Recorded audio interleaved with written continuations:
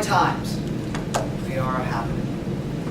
As tempting as it was to take that title and go into what it was like back in the Prohibition time, I'm going to stick with the hydrologic dry. In yesterday or this morning's news feed, our director at Department of Water Resources, Mark Cowan, is quoted as saying, "We expect to declare a drought emergency probably next month." I found this very interesting as it applies to my work directly, and that we can foresee an emergency that far in advance. Working in flood emergency, we can see floods coming, but there's usually a bit of certainty as when they're going to happen because it's based on the weather, and we really can't say we're going to announce an emergency to anyone more than an accurate weather forecast away, unless we know reservoirs are going to dump a whole lot of water. But he wasn't even definitive. It's not going to be like January or February 2nd, Groundhog's Day or something. He's just saying, hey, probably next month, the emergency. And this sort of, I think, it sort of epitomizes this sort of condition, this drought emergency that we are on the cusp of officially declaring. Dry times in California are the norm. The Drought Center, is it Oklahoma or Oklahoma? Somewhere out there, put out a regular update to the drought monitor. And it's getting better for California, by better I mean more accurate, over the years, in that they have at least stopped automatically calling California in a severe drought every August because it hasn't rained in 3 weeks.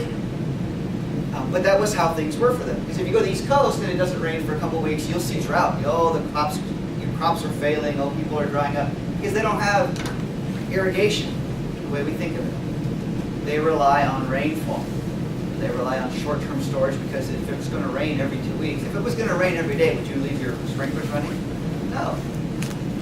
If it rains once or twice a week, a good amount, then why would you invest the money on irrigation? Well, it doesn't rain that way out here, so we have lots of irrigation. So we can go months and months and months without significant rainfall. In fact, that's why some of the crops we grow are so valuable out here, because rain ruins them. But we can grow them here because we can irrigate them without having to rely on rain. So this is why California and Central Valley in particular are like the breadbasket of the nation, if not the world. Well, when it doesn't rain on those few months with those big storms we get in the winter, we have a problem.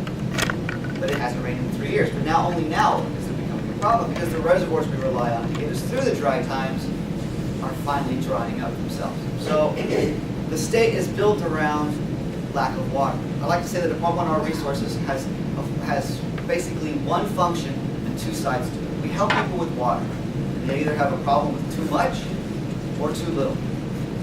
We're geared for both. The state is geared generally for too little.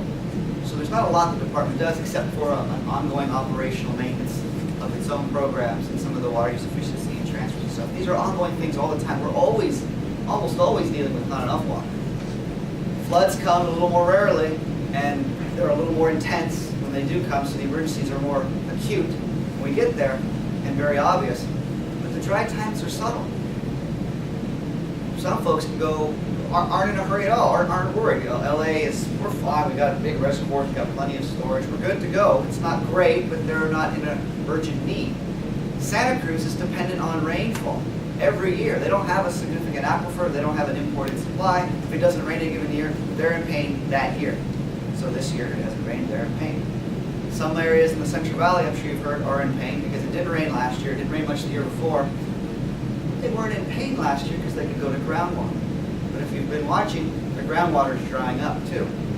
They've had significant, in some areas, significant, and by I mean very significant, subsidence in their aquifers, 5 feet in the last few years, which is substantial by anybody's measure. And this is over the course of tens and tens, almost 100 miles. You can't see it outright until you see some fixed points. It's a problem for them for irrigation. It's a problem for their aquifers. It's going to be a huge problem for them when the rains finally do come back and the floods come, because the whole floodway has been altered in its structure. It will flow faster leading into it and won't flow out of it going into it. All these issues are incremental. Drought emergencies are difficult because they are so incremental.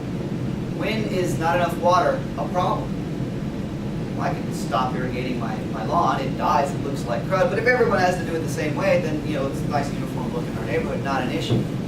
We can always conserve a little bit more, we can always do without. If you've ever gone camping, and I'm not talking RV camping with huge water tanks in your RV, I'm talking, in a tent or backpacking, you know how precious water can be right off the bat. If you have to go and wash every dish, you don't have a sink to just run the water the whole time while you're washing, you're scrubbing, maybe the water's still running, you move it over, you rinse it, the water's still running, maybe you ran it for 5 or 10 minutes just to get it nice and hot, to scrub the greasiest pot. When you're camping, you're gonna go to the little spigot if you've got one, fill up a bucket full of water, come back to your campsite and wash. You're gonna have to haul that bucket every time. You're gonna use as little water as possible for every dish. And maybe you'll heat it, maybe you'll just suffer through the cold water. And you learn to live with a lot less water.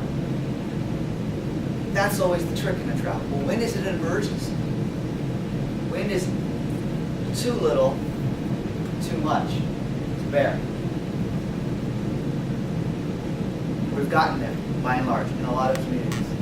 They have no more water. Their lakes are empty, their aquifers are running dry. But when is it an emergency for the department? The department's already doing a lot of stuff, always does. When is it an emergency that the county must declare? And what would you do about this emergency? If you've got cattle and you've got no water to give to them because your lake or your reservoir or your pumps are running dry, that's an emergency for those cattle. They can't live more than a few days without water. The emergency measure is to truck in water. That's expensive.